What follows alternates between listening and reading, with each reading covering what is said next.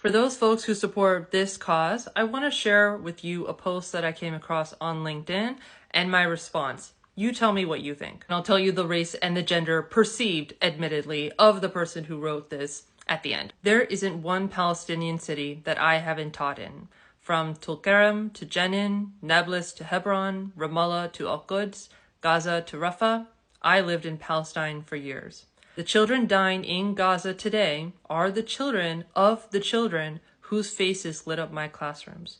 Everything I am as an educator, I owe to the Palestinians. Every single thing.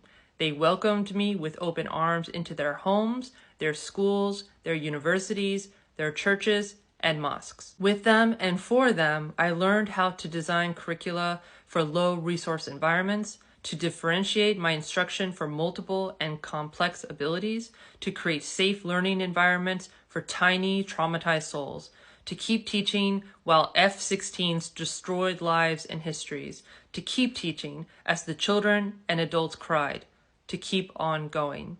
This is my lived experience. I will never deny it.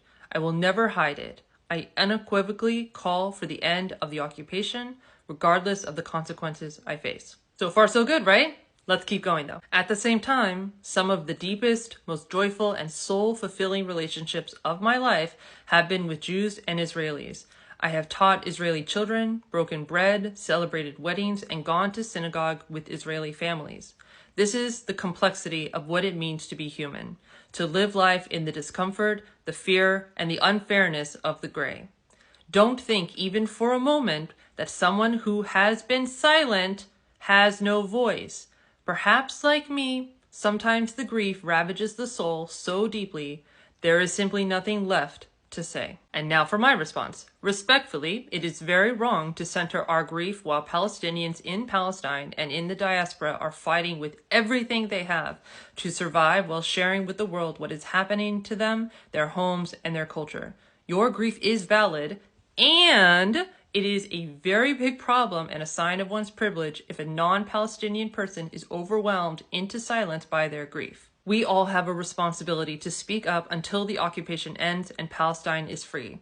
I can't imagine your students would appreciate you silently grieving their eventual murder instead of speaking out to defend their lives and those of their family and their people. Some of you watching this will not be surprised to hear that that was not taken well. After generally being chastised and being told, well, you don't know me, so you can't judge me, this was my response. Your walking with Palestinians doesn't matter right now while they are facing extermination if you are not also using your voice in this moment to call for a full and permanent ceasefire and an end to the occupation and calling on others to do the same. You ended the post saying you were overwhelmed by your grief, and that is why you have been silent. If you are grieving, how do you think Palestinians feel right now? And yet they have worked non-stop through their pain and grief in the last month and a half. If you truly value your relationship with their people, how can you center your own feelings and use them as a justification for your silence in the face of what they are going through?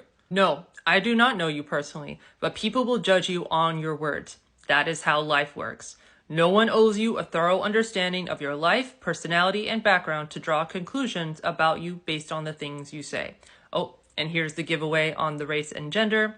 Decenter yourself in matters that aren't about you and unlearn your white woman demand for comfort. So if you are also a supporter of this cause, which, now that I think about it, I've said the word a couple of times already in this video, so oops. But you tell me, how would you respond if you saw someone posting about this, about a cause that you are supporting, where the people in the diaspora are suffering and being attacked, and the people in the actual location in that land are being actively... And this doesn't even touch on the fact that she brought up blue and white people as such good, kind-hearted people who she has broken bread with and have been so caring and lovely to her. And so it's just very complicated for her to speak on.